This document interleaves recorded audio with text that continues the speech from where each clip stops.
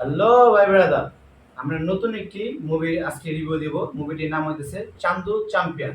এটা official trailer আর এটা director হইতেছে কাবির খান, যে কিনা টাইগার, এমনকি বাজরাঙ্গি ভাইজান, তারপর এরকম আরো অনেক সুপার ডুপার হিট মুভি সে দিছে।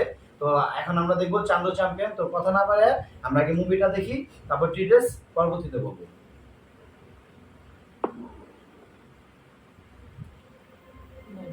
क्या केस है? सन 65 की जंग में इसको 9 गोलियां लगी थी।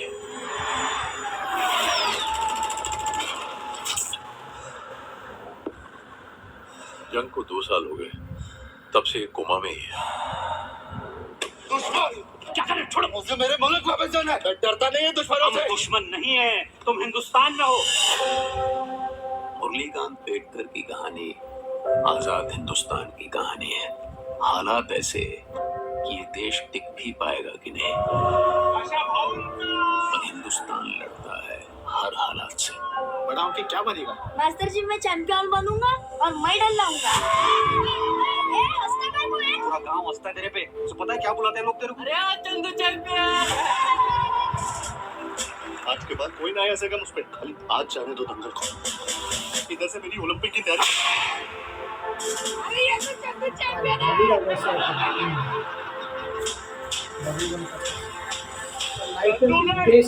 चैंपियन होना।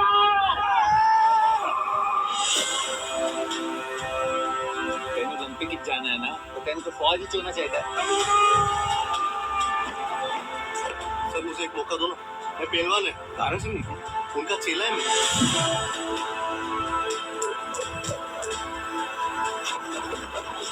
बादल कैसा धड़ाम धुड़ूम आवाज कर रहा है। कल जाते क्या? कितने बजे? 10 बजे। ठीक है, नाश्ता करके निकलते हैं। एयर इंडिया अपने बाप का है। एकदम बरोबर।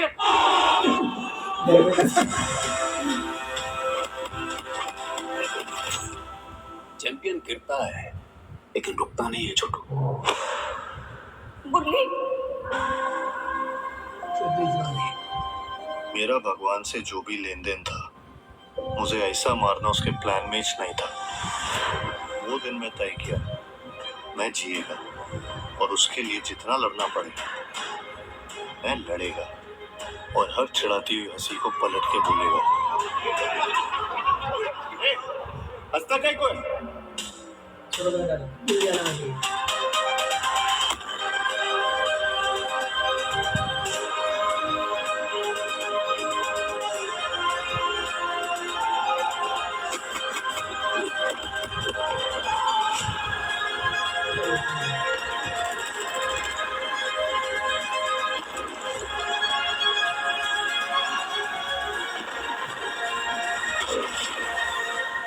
मुझे आज लड़ने का है सर, हर उस चंदू के लिए जो चैंपियन बनना चाहता है, हर उस चंदू के लिए जो चैंपियन बन सकता है।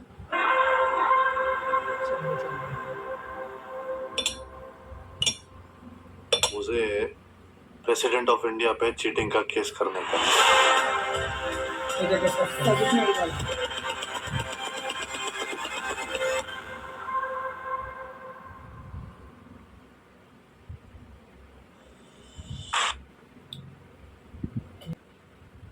ট্রেলার দেখে যা বোঝা গেল আর কি, একজন ডেসপারেট স্পোর্টসম্যান যে নিজেকে লুজার না, চ্যাম্পিয়ন বা বানানোর জন্য বা চ্যাম্পিয়ন সবার মুখে শোনার জন্য বা চ্যাম্পিয়ন হওয়ার জন্য সে অলিম্পিক যাবে, এরকম একটা তার ইচ্ছা। বা অলিম্পিক এখন কীভাবে যাবে, তার বন্ধু বলছে অলিম্পিক যাওয়া, তুই আর্মিতে গেলে অলিম্পিকে জয়েন করতে পারবি, এমন একটা সিচুয়েশনে সে আর্মিতে হয়তো জয়েন করা, যতটুকু বুঝতে পারলাম আর কি। এরপর থেকে তার আর্মির ওয়ারফেয়ার দেখায়, তারপর হচ্ছে সে বক্সার হয়ে যায়, বক্সিং করতে দেখায়, এরপরে সুইমিংয়ে দেখায়। মানে মোট কথা হচ্ছে শেষেও যতটুকু বোঝা গেল যে বলতেছে যে আমার ফাইট করতে হবে সেই চান্দুদের জন্য, যারা লুজার অ্যাকচুয়ালি, যারা চ্যাম্পিয়ন হইতে চায় বা যারা মনে মনে চ্যাম্পিয়ন হওয়ার একটা স্বপ্ন দেখে। তো এটা আসলে শুধু তার নিজের জীবনই না, এটা হচ্ছে সকল ধরনের মানুষ যারা নিজের স্বপ্নকে মানে স্বপ্ন পূরণ করতে চায়, স্বপ্ন দেখে স্বপ্ন পূরণ করতে চায় কিন্তু করতে পারে না। অনেকের কথা, যেমন আমাদের অনেক স্বপ্ন থাকতে পারে, আমরা অনেক সময় লজ্জায় বলি না, কারণ মনে হয় যে সমাজ কি বলবে, মানুষ কি বলবে। ভিতরে প্রতিভা আছে কিন্তু বের বের করতে পারতেছে না আর কি।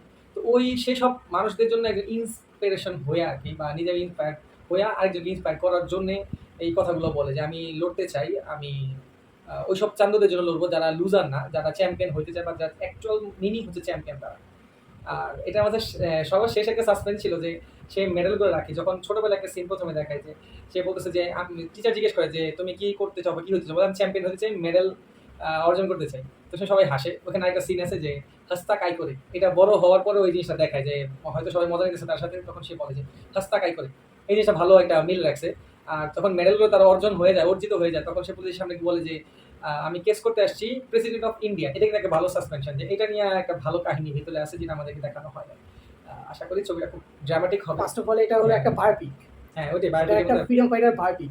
আর ডিরেক্টর যে কাবির সিং এর আগেও একটা 83 মুভি করছে, ওইটাও বায়োপিক ছিল, বাট ওইটা পুরো ফ্লপ হয়েছে, ওরকম হিট হয়নি।